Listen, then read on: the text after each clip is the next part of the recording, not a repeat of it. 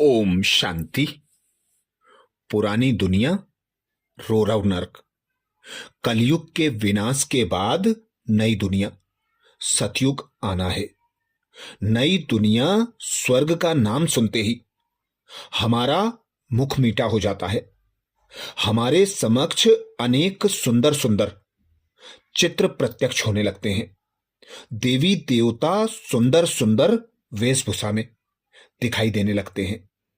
स्वयं भगवान जो स्वर्ग का रचयिता है, स्वर्ग का रचयिता हम भाई बहनों को स्वर्ग कैसा होगा, वहां कैसी दिनचर्या होगी, क्या क्या होगा, उसके अनेक रहस्य उजागर करते हैं। ऐसे ही आने वाली नई दुनिया कैसी होगी, उसके लिए 2 जनवरी 1980 को स्वर्ग के रचयिता शिव बाबा बोले थे, आज बाप दादा कौन सी सभा को देख रहे हैं? यह है शहजादे और शहजादियां सो भविष्य में शहजादे शहजादियों की सभा। सच्चे साहेब के बच्चे सब साहेबजादे और साहेबजादियां हैं। यह नशा सदैव रहता है। शहजादे व शहजादियों के जीवन से यह जीवन पदम गुणा श्रेष्ठ है।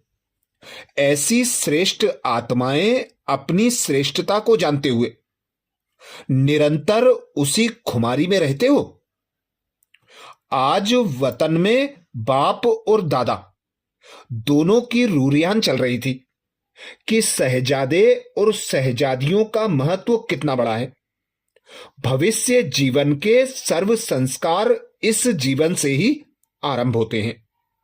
भविष्य में राजवंश होने के कारण, राज्य अधिकारी होने के कारण, सदा सर्व संपत्ति से संपन्न, हर वस्तु में मालामाल, सदा राजाई की रॉयल्टी में हर जन्म बिताएंगे। सर्व प्राप्तियां हरेक के जीवन में चारों ओर सेवा प्रति चक्कर लगाती रहेंगी। आप लोगों को प्राप्ति की इच्छा नहीं होगी, लेकिन सर्व प्राप्तियां इच्छुक होंगी कि मेरे मालिक मुझे कार्य में लगाएं। चारों ओर वैभवों की खाने भरपूर होंगी। हर वैभव अपना अपना सुख देने के लिए सदा एवर रेडी होंगे। सदा खुशी की सहनाइयां ऑटोमेटिकली बजती रहेंगी, बजाने की जरूरत नहीं पड़ेगी। आपकी रचना वनस्पति अपने विश्वपति के आगे पत्तों के हिलने से वैरायटी प्रकार की साज बजाएंगी। वृक्ष के पत्तों का झूलना, हिलना भिन्न भिन्न प्रकार के नेचुरल साज होंगे। जैसे आजकल अनेक प्रकार के साज आर्टिफिशियल बनाते हैं, वैसे पंछियों की बोली वैरायटी साज होगी। चेतन खिलौने के समान अनेक प्रकार के खेल आपको दिखाएंगे।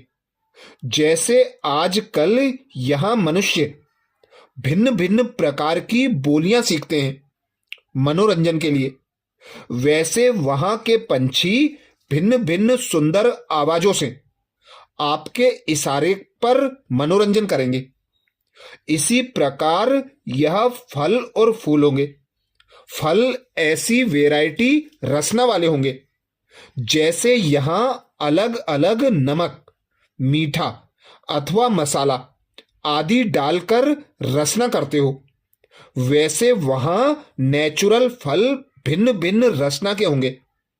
यह शुगर मील वगैरह नहीं होगी, लेकिन शुगर फल होगा। जैसी टेस्ट चाहिए वैसी नेचुरल फल से बना सकते हो। यह पत्तों की सब्जियां नहीं होंगी, लेकिन फल और फूल की सब्जियां होंगी। फूलों और फलों की सब्जियां बनाएंगे। दूध की तो नदियां होंगी। अच्छा, अभी पिएंगे क्या? नेचुरल रस के फल अलग होंगे, खाने के अलग, पीने के अलग होंगे। मेहनत करके रस निकालना नहीं पड़ेगा। हर एक फल इतना भरपूर होगा जैसे अभी नारियल का पानी पीते हो ना, ऐसे फल उठाया, जरा सा दबाया और रस पी लिया। नहाने के लिए पानी होगा, वो भी जैसे आज कल का गंगा जल, जिसका पहाड़ों की जड़ी बूटियों के कारण विशेष महत्व है। कीड़े नहीं पड़ते हैं, इसलिए पावन गाया जाता है। वैसे वहां पहाड़ों पर ऐसे खुशबू की जड़ी बूटियों के समान बूटियां होंगी, जो वहां से जल आने के कारण नेचुरल खुशबू वाला होगा। इत्र डालने की नहीं, लेकिन नेचुरल पहाड़ों से क्रॉस करते हुए ऐसी खुशबू की बूटियां होंगी, जो सुंदर खुशबू वाला जल होगा। वहां अमृत वेले टेप नहीं उठाएंगे, नेचुरल पंछियों की आवाज ही साज होगी, जिस पर आप लोग उठेंगे। उठने का टाइम सवेरे ही होगा, लेकिन वहां थके हुए नहीं होंगे, क्योंकि जब चेतन देवताएं जागे, तब भक्ति में भी भक्त सवेरे उठकर जागते हैं। भक्ति का महत्व भी अमृत वेले का है। जागेंगे सवेरे ही, लेकिन सदा ही जैसे जागती ज्योति है। कोई हार्ड वर्क है नहीं, ना हार्ड वर्क है, ना बुद्धि का वर्क है, ना कोई बोझ है। इसलिए जागना सोना समान है। जैसे अभी सोचते हो ना कि सवेरे उठना पड़ेगा, यहां यह संकल्प ही नहीं। अच्छा, पढ़ेंगे पढ़ेंगे क्या पढ़ेंगे कि पढ़ने से छूटना चाहते हो? वहां की पढ़ाई भी एक खेल है। खेल खेल में पढ़ेंगे। अपनी राजधानी की नॉलेज तो रखेंगे ना, तो राजधानी की नॉलेज की पढ़ाई है, लेकिन मुख्य सब्जेक्ट वहां की ड्राइंग है। छोटा बड़ा सब आर्टिस्ट होंगे, चित्रकार होंगे। साज, चित्रकार और खेल। साज अर्थात गायन विद्या के संगीत गाएंगे, खेलेंगे, इसी में पढ़ाई पढ़ेंगे। वहां की हिस्ट्री भी संगीत और कविताओं में होगी। ऐसी सीधी सीधी बोर करने वाली नहीं होगी। रास भी एक खेल है ना। नाटक भी करेंगे, बाकी सिनेमा नहीं होंगे, नाटक होगा। नाटक हंसी के, मनोरंजन के होंगे। नाटक शालाएं काफी होंगी। वहां के महलों के अंदर भी विमानों की लाइन लगी होगी, और विमान भी चलाने के बहुत सहज होंगे। एटॉमिक एनर्जी के आधार पर सब काम चलेगा। यह आप लोगों के कारण लास्ट इन्वेंशन निकली है। करेंसी में असरफियां होंगी, लेकिन आज कल जैसी नहीं होगी। रूपरेखा परिवर्तित होगी, डिजाइन और अच्छी अच्छी होंगी। निमित्त मात्र लेन देन होगी। जैसे यहां मधुबन में परिवार होते हुए भी चार्ज वाले अलग अलग बनाए हुए हैं ना। अलग अलग डिपार्टमेंट बनाए हुए हैं। परिवार होते भी चार्ज वाले से लेते हो ना। एक देता है, दूसरा लेता है। ऐसे वहां भी फैमिली सिस्टम होगा।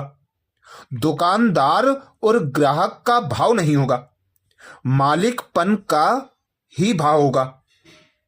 सिर्फ आपस में एक्सचेंज करेंगे, कुछ देंगे कुछ लेंगे।